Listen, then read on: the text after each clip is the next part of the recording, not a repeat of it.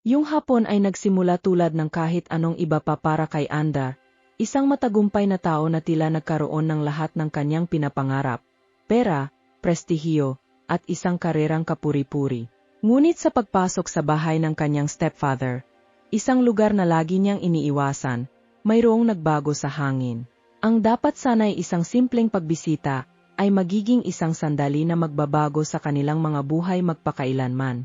Sa pagdaan sa pinto, ang kanyang tingin ay nakatagpo sa kanyang ina, si Elena, na nasa sahig, tahimik na umiyak habang nililinis ang natira mula sa isang mahirap na araw. Ang kaibahan sa pagitan ng kanyang maliwanag na katotohanan at sa kalungkutan na nagmumula sa kanya ay hindi maikukubli. Ang sakit na dala niya ay maliwanag, at bawat luha ay tila umaalingaw-ngaw ng mga alaala ng mga sakripisyong hindi nakilala at pagwawalang bahala. Naramdaman ni Andra ang pagkipot ng kanyang puso. Alam niyang hindi niya maaring ipikit ang kanyang mga mata at baliwalain ang kanyang nakita. Panahon na para kumilos. Ang sandaling ito ay magiging takdang pagbabago, kung saan ang pagmamahal ng pamilya at kabutihan ay mananaig sa sakit ng nakaraan. Sa tapang, nagpasya siyang harapin ang katotohanan at baguhin ang kapalaran ng kanyang ina magpakailanman. Ang pagbabago ay malapit nang mangyari, at si Andra ay handang sorpresahin ang lahat, kasama na ang kanyang sarili. Kung hindi ka pa nakasubscribe, mag-subscribe na ngayon at huwag palampasin ang anumang kwento. Ang pagbabalik sa kabataan.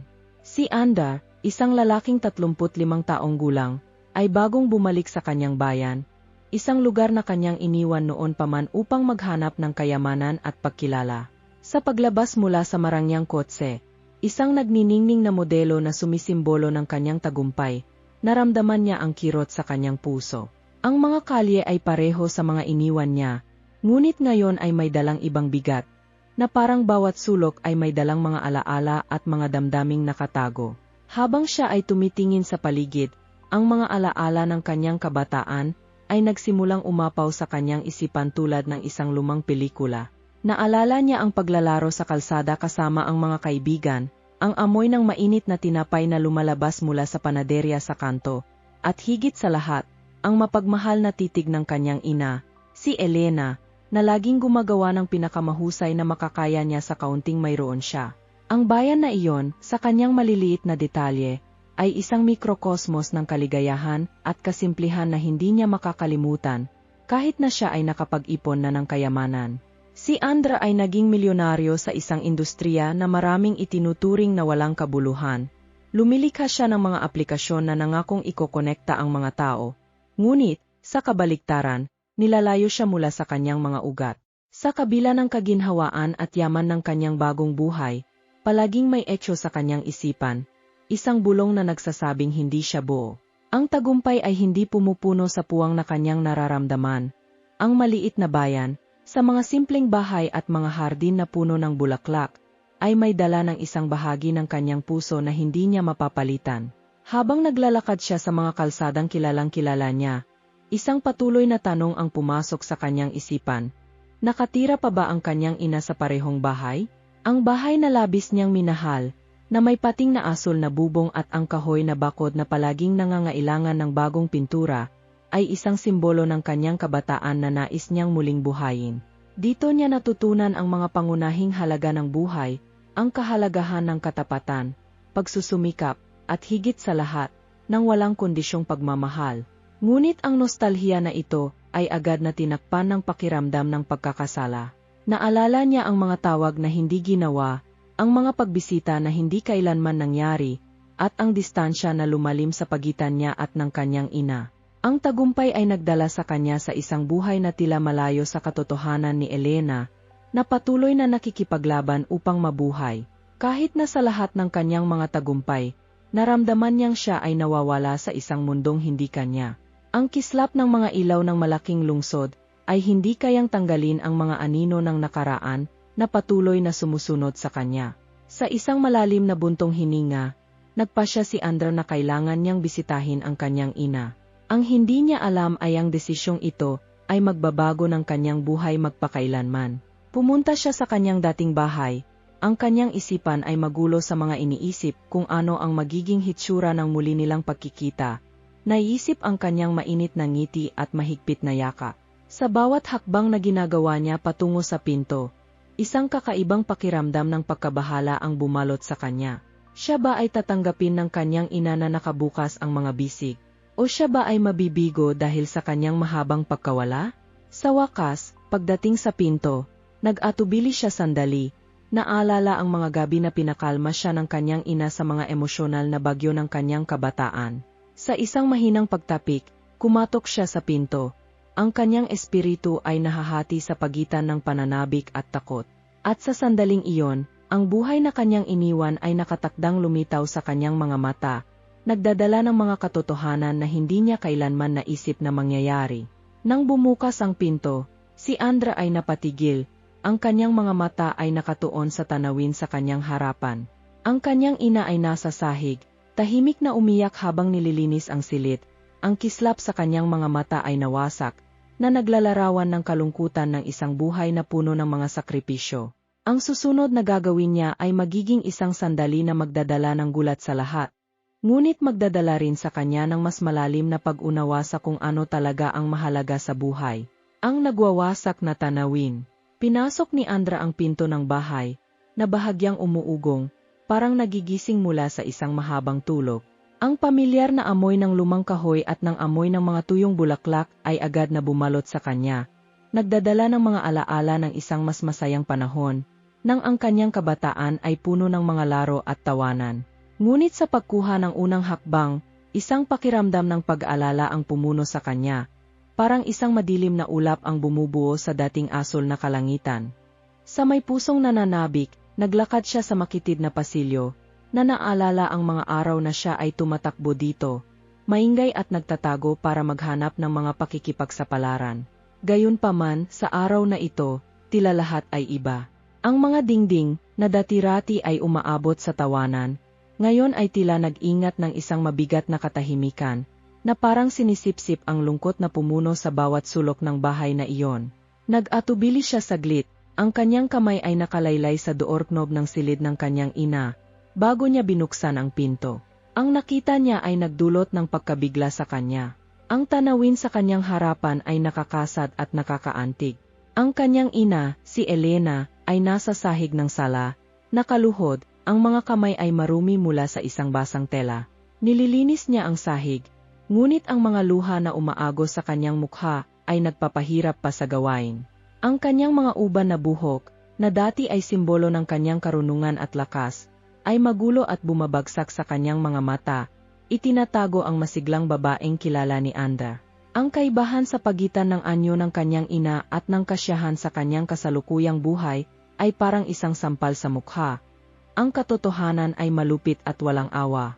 Nakaramdam si Andra ng isang buhol sa kanyang lalamunan nang makita siya sa ganitong kalagayan. Ang kanyang ina ay palaging naging batong sandigan ng pamilya, ang babaeng, sa isang ngiti, ay nagbigay liwanag sa pinakamadilim na mga araw. Ngayon, naroon siya, nag-isa, nalulumbay sa kanyang sakit, habang ang bigat ng mundo ay tila bumubulabog sa kanyang puso. Ang sahig, na minsang nakasaksi sa maraming kasiyahan at tawanan, ngayon ay isang salamin ng lungkot na bumabalot sa kanya. Dahan-dahan siyang lumapit. Ang bawat hakbang ay parang tinatahak ang isang dagat ng mga luha. Inay, bulong niya, ang kanyang tinig ay halos isang bulong.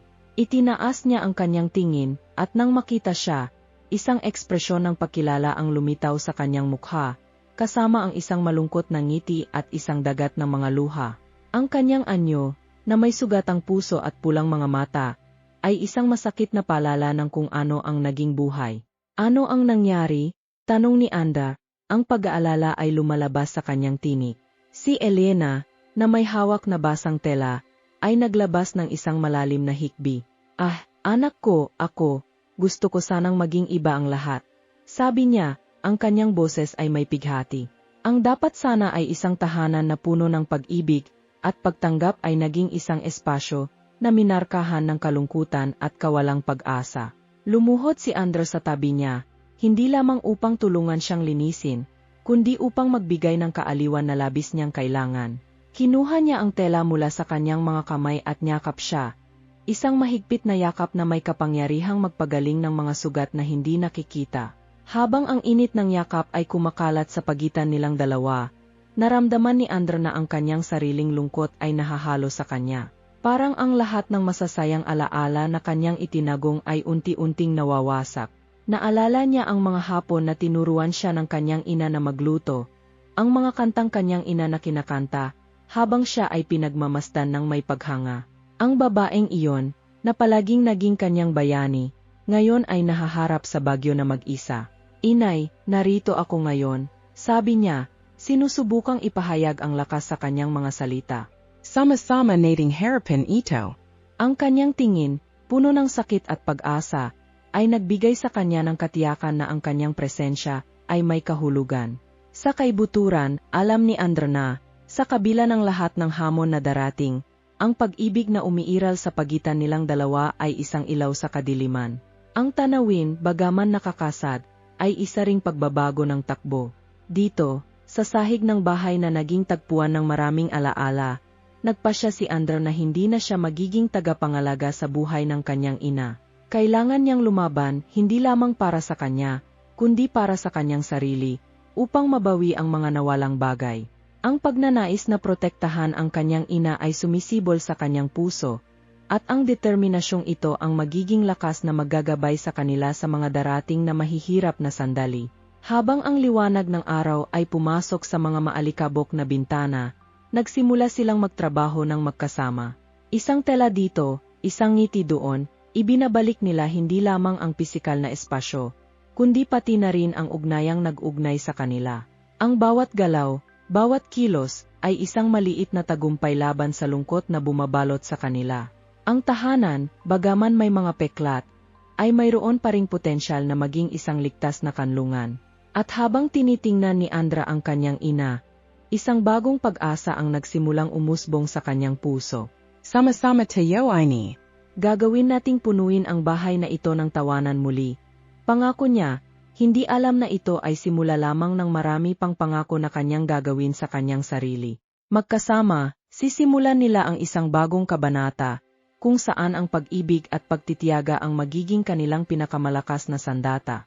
Sa gayon, ang nakakasad na tanawin na nag-ugnay sa kanila ay magiging pundasyon ng isang kwento ng tagumpay at pagbabago na magbabago sa kanilang buhay magpakailanman.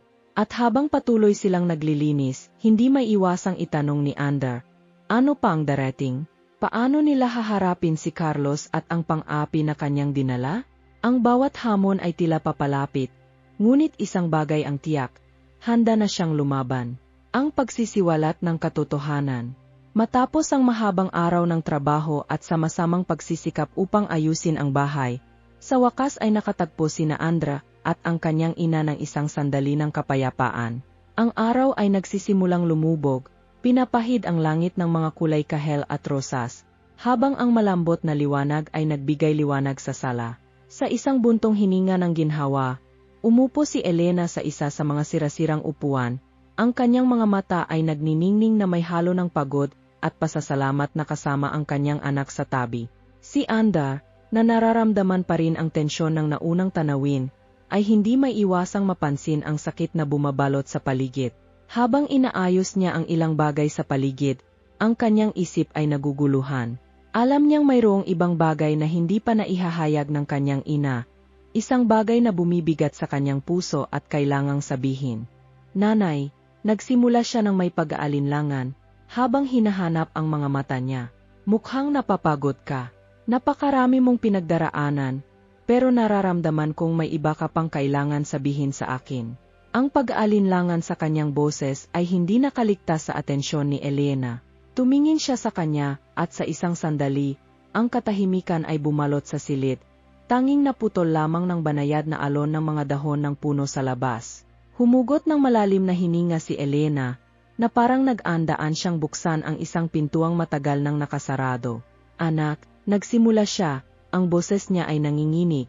Nagtatrabaho ako ng walang pagod upang mapanatiling buo ang bahay na ito. Alam mong hindi madaling mabuhay, lalo na kay Carlos. Naghinto siya, ang pangalan ng kanyang asawa ay lumabas sa kanyang mga labi na tila nagdadala ng di masukat na bigat. Carlos, inulit ni Andra, ang pag-aalala ay naglalarawan sa kanyang mukha. Naalala niya ang mga pagkakataong umuwi si Carlos na pagod at iritado, na nagtatapon ng mga tingin ng pagduduwal sa lahat at lahat. Hindi niya kailanman naisip kung paano nagagawa ng kanyang ina, na puno ng pag-ibig at lakas, na maltrato. Hindi niya ako sinuportahan, Anda. Sa wakas ay umungol si Elena, mga luha na umaagos mula sa kanyang mga mata. Ginawa ko ang lahat para sa kanya at sa ating pamilya. Nagtrabaho ako mula umaga hanggang gabi, sinakripisyo ang aking mga pangarap, at sa kabila nito, tila wala sa mga ginagawa ko ang sapat. Hindi niya nakikita ang mga pinagdaraanan ko. Ang mga salitang ito ay lumabas sa kanyang bibig na parang isang agos, naglalabas ng emosyonal na bigat na matagal nang nakatago. Nabigla si Andre. Hindi niya kailanman inisip na nararamdaman ng kanyang ina ang ganitong hindi pagkakaabot. Pero palagi kang naging matatag, napakadedikado, sigaw niya, sinusubukang maunawaan. Paano hindi niya ito nakikita? Minsan, ang lakas ay hindi sapat. Sagot ni Elena, ang boses niya ay puno ng lungkot. Naging walang pakialam si Carlos, at ito ay nasasaktan ako. Para akong nakikipaglaban ng mag-isa. Ang mga gabing walang tulog, ang pagsisikap sa bawat detalye ng bahay, lahat ng ito ay tila walang kabuluhan kapag wala akong suporta mula sa dapat ay nasa tabi ko. Ang mga salita ng kanyang ina ay umuukit sa isip ni Andra. Palagi niyang nakikita si Carlos bilang isang malalayong figura, isang taong dapat alagaan at protektahan, ngunit sa totoo lang, tila siya ay naging pasanin. Ngayon, unti-unti nang naunawaan ni Andra ang lalim ng pagdurusa ng kanyang ina. Parang may tabing na nahulog, na nagbubukas ng isang katotohanan na hindi niya maaring baliwalain. Nanay, karapat-dapat kang pahalagahan. Sinabi niya, ang sigasig sa kanyang boses ay lumalaki. Walang sinuman ang dapat magpadama sa iyo ng ganito. Kailangan nating makipag-usap kay Carlos, kailangan niyang makita kung gaano kakahalaga. Ang pagnanais na protektahan ang kanyang ina ay nag-apoy sa loob niya. Isang likas na instinct na ginugustong harapin ang sinumang sasaktan siya. Tumingin si Elena sa kanyang anak, isang malungkot na ngiti ang lumitaw sa kanyang mukha. Mahal kong anak, pinahahalagahan ko ang iyong suporta, ngunit hindi ito magiging madali. Si Carlos ay matigas ang ulo at sanay na isipin na siya ay palaging tama. At ako, natatakot ako na sa pagkontra sa kanya, lalong magiging mas masahol pa ang lahat. Ayokong masaktan ka dahil sa akin. Naramdaman ni Andra ang malamig na pakiramdam sa kanyang tiyan, habang iniisip kung ano ang maaring mangyari. Ngunit alam din niyang kailangan niyang gumawa ng hakbang. Nanay, hindi na natin ito kayang ipagpatuloy. Hindi natin maaring hayaan na ang kanyang kawalang pakialam ay sirain tayo. Magkasama, mas malakas tayo. Ipapakita natin sa kanya na hindi ka nag-isa sa laban na ito. Lumalim ang usapan sa pagitan nila, nagbubunyag ng higit pang mga lihim at takot na matagal nang itinatago ni Elena. Ang mga alaala ng mga sakripisyo na ginawa niya para mapanatiling buo ang pamilya ay nagsimulang lumutang, at bawat kwento ay isang patak ng sakit sa isang karagatan ng pagdurusa. Maingat siyang nakinig, naunawaan na bawat luha ng kanyang ina ay isang kwentong hindi pa nasasabi, isang laban na hinaharap niya ng tahimik. Sa tuwing nakuha kita, Andar, ikaw ang aking liwanag sa gitna ng dilim, inamin ni Elena, ang damdamin sa kanyang boses ay lalong tumitindi. Binigyan mo ako ng lakas upang magpatuloy, kahit na si Carlos ay nasa tabi ko. Ngunit sa parehong pagkakataon, ayokong maramdaman mo ang bigat ng aking sakit. Gusto ko sanang magkaroon ka ng masayang buhay, malayo sa mga hidwaan. Si Andar, na emosyonal, ay humawak sa kamay ng kanyang ina. Binigyan mo ako ng lahat ng kailangan ko. Nanay, ngayon, panahon na para sa akin na magbigay pabalik. Hindi ka nag-isa. Haharapin natin ito ng magkasama. Habang ang araw ay lumiligit, lumilikha ng mga anino na sumasayaw sa silid. Isang bagong pag-unawa ang nagsimulang bumuo sa pagitan ng mag-ina. Sila ay isang koponan, handang harapin ang mga hamon na darating. Ang tapang ni Andra ay unti-unting lumalago, at ang determinasyon ni Elena ay nagiging mas matatag. Magkasama, naghahanda sila para sa isang hindi maiwasang salungatan. Sa bawat salita, ang bigat ng nakaraan ay nagsimulang mawala, pinalitan ng isang bagong pag-asa. Panahon na para sa kanila na hawakan ang kanilang mga buhay, at mangangailangan ito ng tapang, pag-ibig, at higit sa lahat, pagkakaisa. Alam ni Andra na hindi pa tapos ang laban, ngunit determinado siyang lumaban sa tabi ng kanyang ina. At kaya, habang ang dalawa ay nagkakatitigan, ang liwanag ng pagmamahal ng pamilya ay nag-ilaw sa landas sa hinaharap, isang landas na dadalhin sila upang harapin si Carlos at ang kanyang kawalang pakialam ng minsan at para sa lahat. Ngunit bago umusad, isang bagong anino ang sumulpot, na nag-akong lalong palalalain ang kanilang buhay. Ano ang gagawin ni Carlos kapag malaman niyang handa na silang harapin siya? Ang tanong na ito ay umuukit sa kanyang isipan, tulad ng isang palatandaan ng laban na malapit nang mangyari. Ang matapang na desisyon. Si Andra ay naupo sa kanyang kama. Ang liwanag ng umaga ay dumaan sa mga kurtina na may halos mahiwagang lambing. Gayunpaman, ang ganda ng bagong araw ay hindi kayang pawiin ang bagyong bumabalot sa kanyang kalooban. Ang mga salita ng kanyang ina ay patuloy na umaabot sa kanyang isipan. Bawat isa ay may bigat ng sakit at sakripisyo na kanyang dinanas. Naalala niya ang malungkot na tingin nito, ang paraan kung paano kumikislap ang kanyang mga mata kapag nagkukwento siya ng mga alaala kaysa sa pag-ulat ng mga kasiyahan ng kasalukuyan. Panahon na upang kumilos. Alam niya na ang sandali ng pagtukoy kay Carlos ay hindi na maaring ipagpaliban. Ang sakit na naipon sa mga nakaraang taon ay isang pasaning hindi na niya gustong dalhin. Bawat pangmamaliit, bawat mapait na salitang binitiwan ni Carlos laban sa kanyang ina ay tumatama sa kanya tulad ng mga tinik, at sa bawat araw na lumilipas, ang sugat na iyon ay nagiging mas mahirap talikuran. Tumayo si Andra at naglakad patungo sa bintana, pinagmamasdan ang galaw ng lungsod sa ibaba. Ang mga tao ay nagmamadali, abala sa kanilang mga gawain, hindi alintana ang labanan sa loob na kanyang pinagdadaanan. Ang amoy ng sariwang kape at mainit na tinapay ay sumasalot sa bahay, nagdadala ng mga alaala ng mga tahimik na umaga kung saan ang pamilya ay nagkakasama sa mesa. Ngunit ngayon, tila ang lahat ng iyon ay malayo at ilusyon lamang. Ang kawalang malasakit ni Carlos ay nagbago sa tahanan na dati puno ng tawanan, naging isang lugar na puno ng tensyon. Sa mabilis na tibok ng puso, nagsimula siyang mag-isip ng mga posibleng pag-usap na maaari niyang gawin kay Carlos. Ano ang sasabihin niya? Paano niya maipapahayag ang lahat ng sama ng loob na naipon sa mga nakaraang taon? Hindi ko na kayang magpatuloy sa ganitong paraan. Bulong ni Andra sa kanyang sarili. Ang boses niya ay isang alingawngaw ng determinasyong lumalabas mula sa kanya. Kailangan kong gumawa ng hakbang. Hindi ko maaring hayaan na patuloy na saktan ng sitwasyong ito ang aking ina. Naalala niya ang lahat ng pagkakataon na minamaliit ni Carlos si Elena, bawat mapaghimagsik na tingin, bawat salitang tila isang saksak. Ang mga pangako na hindi natupad at ang suporta, na hindi kailanman dumating ay nagiging hindi na kayang tiisin. Si Andra ay pagod na sa pakiramdam na walang magawa, sa pag-obserba sa sakit ng babaeng mahal niya nang hindi siya makagawa ng anuman. Ang pag-ibig na nararamdaman niya, para sa kanyang ina ay nagtutulak sa kanya, upang maging matatag, upang harapin ang katotohanan, gaano man ito kasakit. Pagkatapos, isang ideya ang nagsimula sa pagbuo sa kanyang isipan, tulad ng isang plano sa gitna ng gulo. Paano kung hindi ko lamang siya harapin, kundi ipakita ang katotohanan, naisip niya. Ito ang susi, ang daan upang maputol ang siklo ng pagwawalang bahala na naitatag sa kanilang tahanan. Kailangan niyang mag-ipon ng lakas ng loob, hindi lamang upang harapin si Carlos, kundi upang ipakita rin ang kanyang sarili bilang anak na palaging naroon, handang lumaban para sa kanyang ina. Habang ang mga oras ay umuusad, sa wakas ay nagpasya si Andra na panahon na upang kumilos. Ang nerbiyos ay kumakain sa kanya, ngunit ang determinasyon ay mas malakas.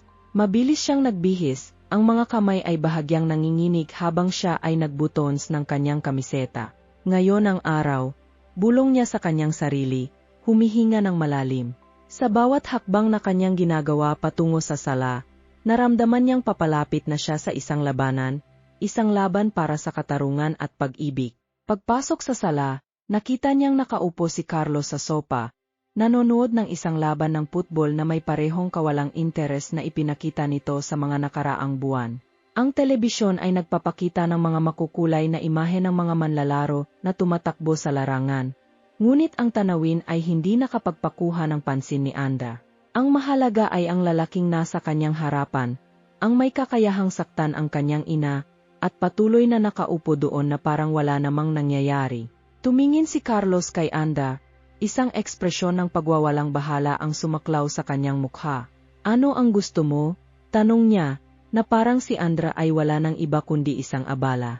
Ang simpleng tanong na iyon ay nagbigay daan kay Andra. Mabuti, Carlos, sinimulan niya, ang boses ay matatag, ngunit ang puso ay kumikabog. Kailangan nating mag-usap. Ang tono ng kanyang boses ay nagpasimuno kay Carlos upang itaas ang kanyang kilay. Isang malinaw na senyales na hindi niya kinukuha ng seryoso ang mga susunod na mangyayari. Ngunit hindi siya susuko. Nagpatuloy siya, ang tensyon ay tumataas habang ang bawat salita ay lumalabas. Masyado kang malupit sa aking ina. Hindi mo siya pinahahalagahan, hindi mo kinikilala ang lahat ng pagsisikap na kanyang ginagawa para sa pamilyang ito. Sa bawat araw, minamaliit mo siya at pinaparamdam na siya ay walang halaga. Hindi ito makatarungan. Ang mga salita ni Andra ay umalingaw-ngaw sa sala, at sa isang sandaling maikli, nagbago ang ekspresyon ni Carlos. May anino ng pagkabahala sa kanyang tingin, ngunit mabilis itong napalitan ng isang mayabang na ngiti. At sa palagay mo ba ay may pakialam ako sa iniisip mo? Tugon ni Carlos, na may pagwawalang bahala. Dapat siyang sumunod sa sinasabi ko, kung hindi. O ano naman? Pinutol ni Anda. Ang galit ay nag-apoy sa kanyang loob. Patuloy mo bang asahan na ang iyong salita ay batas? Hindi mo maring trachahin ang mga tawa sa ganitong paraan, Carlos. Hindi mo maaring tratuhin ang iyong asawa sa ganitong paraan. Sa wakas, ang pagtatalo ay nagsimula na, at ang katapangan ni Andra ay nagsimulang umusbong. Nararamdaman niya ang adrenalina na umaagos sa kanyang mga ugat, at ang tiyak na pakiramdam na siya ay lumalaban para sa tamang dahilan ay nagpapalakas sa kanya. Kailangan niyang ipakita ang katotohanan, kahit na si Carlos ay susubukang ilihis ang atensyon o maliitin ang sitwasyon. Panahon na upang maunawaan mo kung gaano kalala ang iyong kawalang interes na sumasakit sa aking ina. Sabi ni Anda, ang kanyang boses ngayon ay isang sigaw ng katotohanan. Karapat-dapat siya sa higit pa sa iyong maibigay. Karapat-dapat siya sa pagmamahal at respeto, at hindi dapat tratuhin na parang isang simpleng katulong. Carlos ay nanatiling tahimik, at ramdam ang tensyon sa silid. Naramdaman ni Andra na may nagbago. Isang maliit na pag-aalinlangan ang kumikislap sa mga mata ni Carlos. Pero hindi pa tapos ang laban. Sa bigat ng kanyang puso, alam ni Andra na mahalaga ang susunod na hakbang. Kailangan niyang maging handa para sa susunod na mangyayari, dahil ang tapang at determinasyon na naipon niya upang harapin si Carlos ay kailangan ng maging tunay na pangako na protektahan ang kanyang ina sa lahat ng halaga. At sa gayon, habang umuusad ang usapan, napagtanto ni Andra na hindi lamang siya lumalaban para sa kanyang ina, kundi para din sa kanyang sariling pagkatao, para sa boses na matagal nang naitago. Hindi niya hahayaang muling manaig ang takot sa kanya, at ang laban na nagsimula sa silid na iyon ay magiging simbolo ng pag-asa at paglaban. Ang kinalabasan ng pagkakaharap na iyon ay maaring hindi lamang magbago ng kanilang mga buhay, kundi pati na rin magtakda ng kinabukasan ng pamilyang iyon. Malapit nang matutunan ni Andra na ang tapang ay hindi lamang kawalan ng takot, kundi ang determinasyon na kumilos sa kabila nito. Huminga siya ng malalim, naghandang harapin ang susunod na mangyayari, at naramdaman niya na, anuman ang kinalabasan, napili niya ang tamang landas. Ang susunod na mangyayari, gayunpaman, ay isang misteryo na unti-unting mabubunyag habang umuusad ang usapan. Bawat salita ay may potensyal na baguhin ang kanilang mga buhay magpakailanman. Ang tense na confrontation. Pumasok si Andra sa silid na may halo ng nerbiyos at determinasyon na umaagos sa kanyang mga ugat. Ang hangin ay mabigat, halos ramdam, parang ang lahat ng tensyon na naipon sa mga taon ng pagkabigo ay malapit ng sumabog. Hinarap niya si Carlos na nakaupo sa sofa, nakapilang mga braso at may mukha na parang bato, hindi nagpaubaya sa pagguho. Sa sandaling iyon, kailangan niyang magkaroon ng tapang. Carlos, kailangan nating mag-usap, nagsimula si Anda, ang boses ay nanginginig, pero matatag. Lumapit siya, Ramdam ang bawat hakbang patungo sa kanyang amain ay hakbang patungo sa katotohanan na labis niyang kinakatakutan at hinahangat. Hindi ko na kayang manahimik sa kung paano mo tratuhin ang aking ina. Ang mga salita ay tumakas mula sa kanyang bibig tulad ng isang alon na sa wakas ay bumabasag pagkatapos ng matagal na pagpigil. Nakita niya ang gulat sa mga mata ni Carlos, isang halo ng kawalang paniniwala at galit, parang siya ay tinamaan ng kidlat. Ano ang sinasabi mo? Tanong ni Carlos, sinisikap na panatilihin ang boses na kontrolado. Pero napansin ni Andra ang bitak sa armadura na palagi niyang sinusuot. Sinasabi ko na siya ay karapat-dapat sa higit pa kaysa sa pagwawalang bahala. Nilalait mo siya araw-araw, Carlos. Siya ay nagtatrabaho ng walang pagod. Ibinibigay niya ang lahat para sa pamilyang ito, at ikaw ay basta na lamang ito ay binabaliwala. Sa bawat salita, naramdaman ni Andra ang adrenaline na umaagos sa kanyang mga ugat, kasabay ng sakit at galit na naipon sa loob niya sa mga nakaraang taon. Tumayo si Carlos, ang mukha ay namumula sa galit. Paano ka nagtatangkang magsalita sa akin ng ganyan? Wala kang alam tungkol sa mga hamon na aking hinaharap. Ang pagkabigo ay lumalabas sa kanyang boses, pero hindi nagpadala si Andra. MGA Hammond? At paano ang mga hamon ng aking ina? Ilang beses mo na siyang nakita na umiyak sa tahimik. Nagtataka kung ang kanyang pagsisikap ay may halaga. Ang atmosfera ay puno ng kuryente, at determinado si Andra na hindi umatras. Kailangan niyang makita ni Carlos ang katotohanan. Kahit na nangangahulugan ito ng pagharap sa kanya gamit ang lahat ng lakas ng kanyang naipon na sakit. Wala siyang suporta mula sa iyo. Patuloy ni Andra, ang boses ay tumataas, puno ng damdamin. Ikaw ay nag-alala lamang para sa iyong kaginhawaan, at sa kung ano ang iniisip ng iba sa iyo. Ito ay makasarili. Ang pagkabigla sa ekspresyon ni Carlos ay halata, pero sinubukan niyang mabilis na makabawi. Wala kang ideya kung ano ang ginagawa ko para sa bahay na ito, Andra. Isa ka lamang batang walang alam tungkol sa buhay, sagot ni Carlos. Ngunit ang galit ni Andra ay naging isang nag-aalab na apoy ng tapang. Hindi na ikaw bata, Carlos.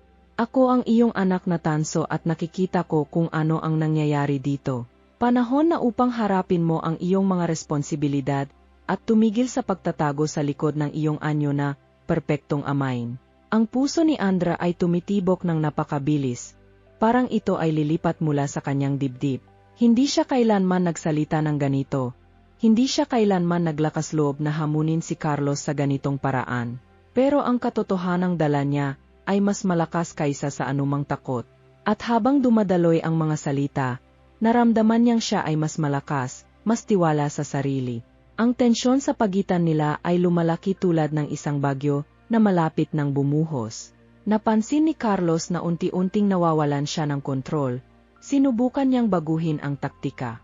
Wala kang alam kung ano ang maging tunay na lalaki. Wala kang ideya kung ano ang sakripisyo. Pero determinado si André. Ang tunay na sakripisyo, Carlos, ay ang pagmamahal at pagsuporta sa mga umaasa sa iyo. At hindi mo ito nagawa. Umabot sa rurok ang konfrontasyon, at sa bawat salitang pinapalitan, ang alitan ay lalong tumitindi, parang ang hangin ay nag-alap sa kanilang paligid. Alam ni Andra na naglalagay siya ng lahat sa panganib sa paghamon kay Carlos. Pero hindi na niya kayang baliwalain ang pagdurusa ng kanyang ina. At sa sandaling iyon, siya ay nagdesisyon. Kailangan niyang maging tagapagtanggol niya. Kailangan niyang maging lalaking laging nais ng kanyang ina na siya ay maging. Ang tapang na naipon sa loob niya, ay ang tanging bagay na nagpapanatili sa kanya na matatag. Ngunit habang ang diskusyon ay tumitindi, isang anino ng pagdududa ang nagsimulang pumasok sa isip ni Andra. Malapit na siyang masira ang mga tanikala na nakakabit sa kanya. Pero paano? Ang sagot ay nasa lakas na naramdaman niya para sa kanyang ina. At sa gayon, sa pag-angat ng kanyang puso, naghanda siyang gawin ang susunod na hakbang. Isang hakbang na maaring hindi lamang baguhin ang kanyang buhay, kundi pati na rin ang buhay ng kanyang ina magpakailanman. Ang gawa ng kagandahang loob. Pagkatapos ng tensyonadong salungatan, kung saan ang mga damdamin ay umapaw na parang ilog sa tag-ulan, si Andra ay nakakaramdam pa rin ng pagkabahala. Gayunpaman, may apoy ng determinasyon na nag-aalap sa loob niya. Isang hindi matitinag na paniniwala na oras na upang kumilos. Siya ay tumayo laban kay Carlos. Ngunit ang tunay na hamon ay nagsisimula pa lamang. Panahon na upang isipin ang tungkol sa kanyang ina, kung paano niya siya matutulungan na makahanap ng kaligayahang karapat-dapat sa kanya. Isang matapang na ideya ang nagsimulang bumuo sa kanyang isipan. Nais niyang higit pa sa mga salita. Nais niyang bigyan siya ng pagkakataong muling ipanganak, upang iwanan ang mga taon ng kalungkutan at kawalang sigla. Ito ang kaya niyang gawin.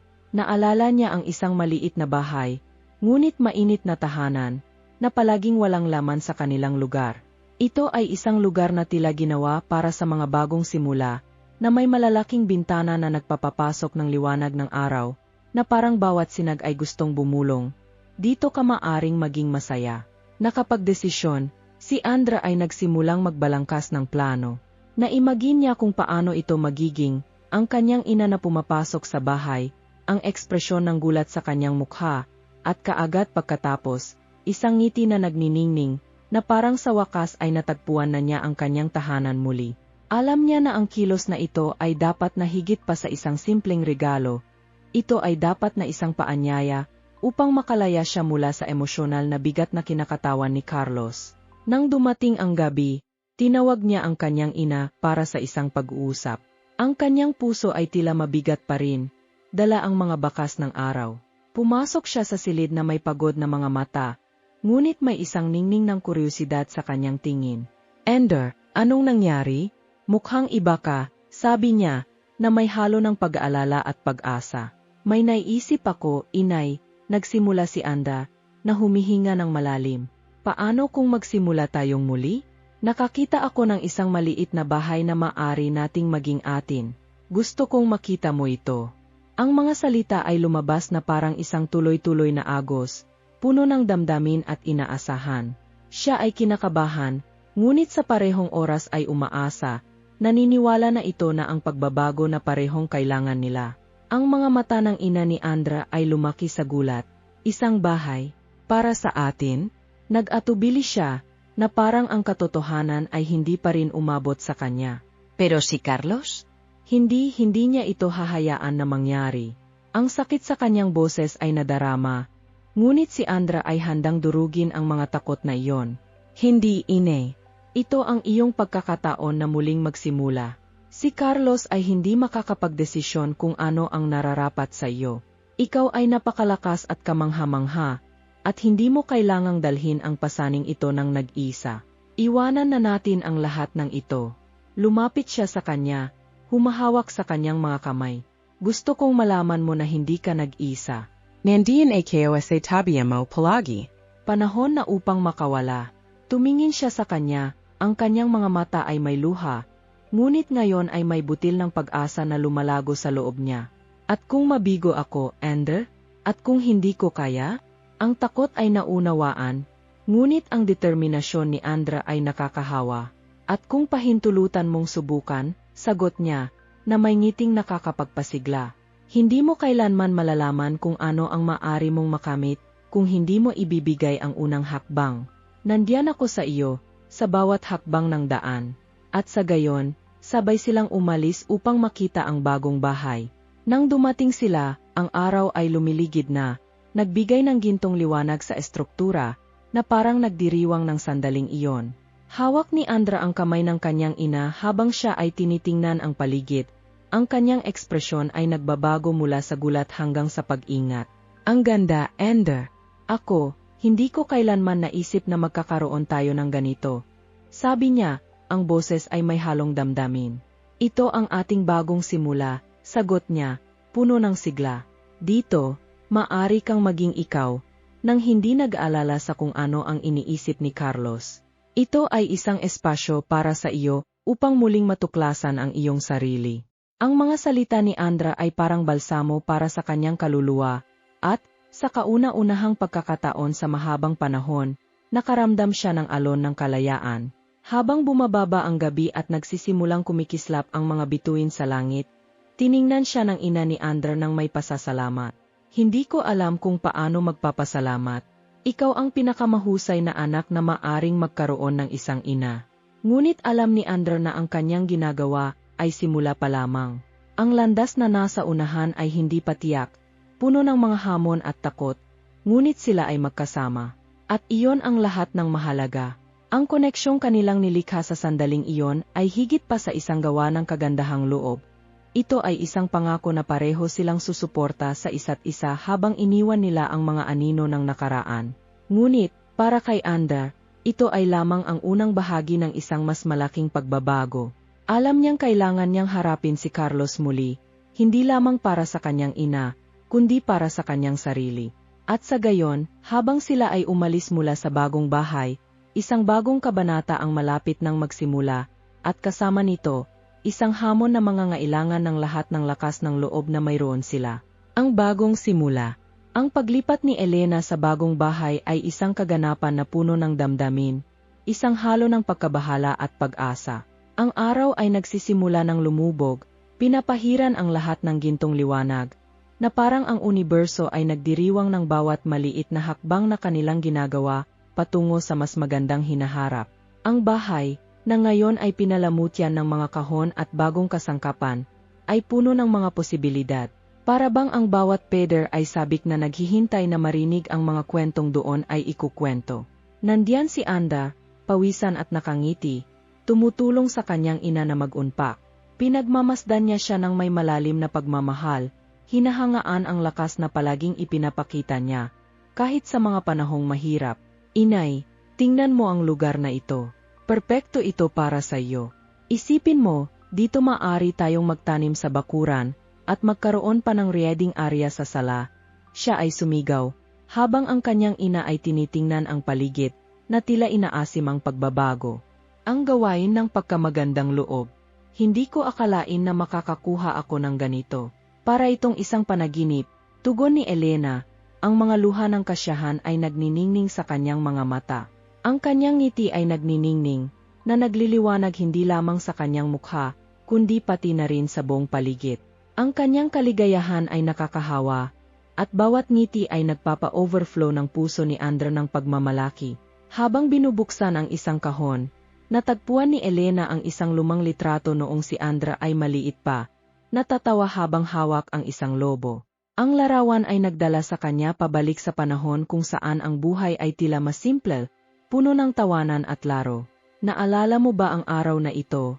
Tanong niya. May halong pangungulila at kasiyahan sa kanyang boses. Lumapit si Anda, tumitingin sa litrato na may ngiting puno ng nostalgia. Gumawa ka ng malaking keke, at nahulog ito sa damuhan.